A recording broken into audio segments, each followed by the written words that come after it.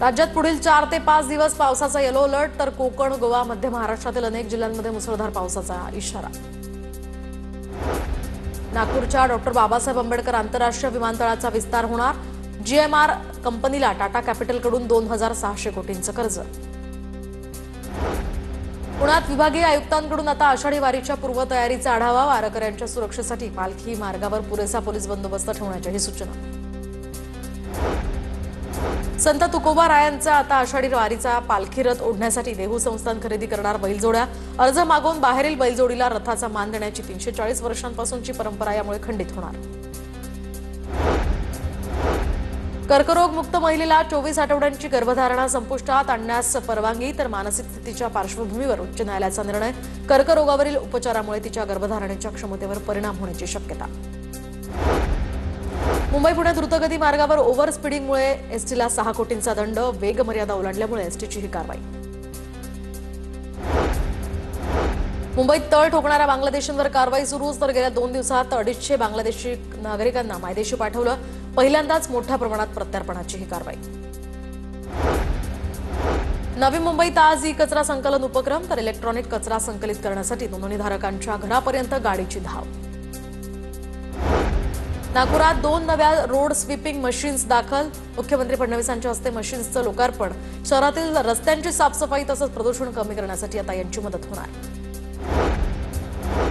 पुण्यातील ससून रुग्णालयातील आपत्कालीन विभागावर आता सीसीटीव्हीची नजर। रक्ताचे नमुने बदललेल्या प्रकरणानंतर ससूनमध्ये समिती स्थापन केली। या समितीने 117 पानांचा अहवाल दिल्यानंतर आता हे बदल करण्यात आले। पुण्यातील ससून रुग्णालयामध्ये 150 बालकांच्या गुंतागुंतीच्या शस्त्रक्रिया रखडल्या। बालशस्त्रक्रिया विभागाची वरिष्ठांकडे धाव। 7ही शस्त्रक्रियागृहांवर सामान्य शस्त्रक्रिया विभागाकडून दावा। पुण्यातील सराईत गुन्हेगार गजा मारणेच्या साथीदारांना अटक। गजा मारणेच्या साथीदारांच्या 4 महागड्या मोटारी जप्त। 4 साथीदारांना सांगलीतून अटक केल्याची माहिती। पुण्यातील पोर्शे कार अपघात प्रकरणी आता रक्ताच्या नमुन्यांच्या पुरावा नष्ट केल्याप्रकरणी खटला जलद गतीनं चालवावा। पुणे पोलिसांकडून जिल्हा न्यायालय प्रशासनाकडे विनंती। मुंबईकरांच्या चिंतेत वाढ। शहराला पाणीपुरवठा करणाऱ्या 7 तलावांची पाणी पातळी 18% घसरली। पुढील 60 दिवस पुरेल एवढाच पाणीसाठा शिल्लक।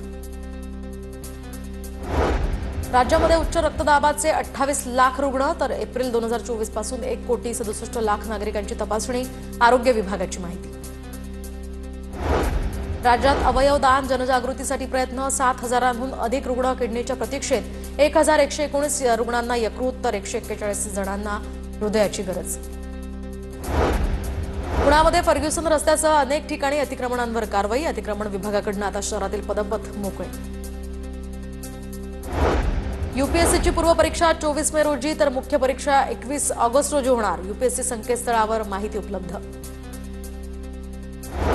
पुणे शहरातील वृक्षांची जबाबदारी उपअभियंत्यांवर। महापालिकेकडून मिशन 32ची व्यापक मोहीम हाती।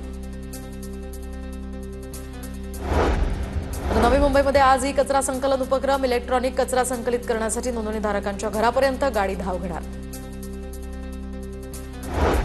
मुंबईतील कचरा संकलन वाहनं आणि सेवा घेण्याच्या निर्णयावर मुंबई महापालिका प्रशासन ठाम। कचरा गाड्यांची सेवा कंत्राटदारांकडून होणार। कामगारांच्या विरोधानंतर सुद्धा आता मुंबई पालिकेचा निर्णय। सोलापुरातील माढ्याच्या अकोले खुर्द गावामध्ये वादळी वाऱ्याच्या पावसामुळे मोठं नुकसान। डाळिंबाची झाडं पडली। विद्युत खांब पडल्यामुळे गावात बत्ती गुल।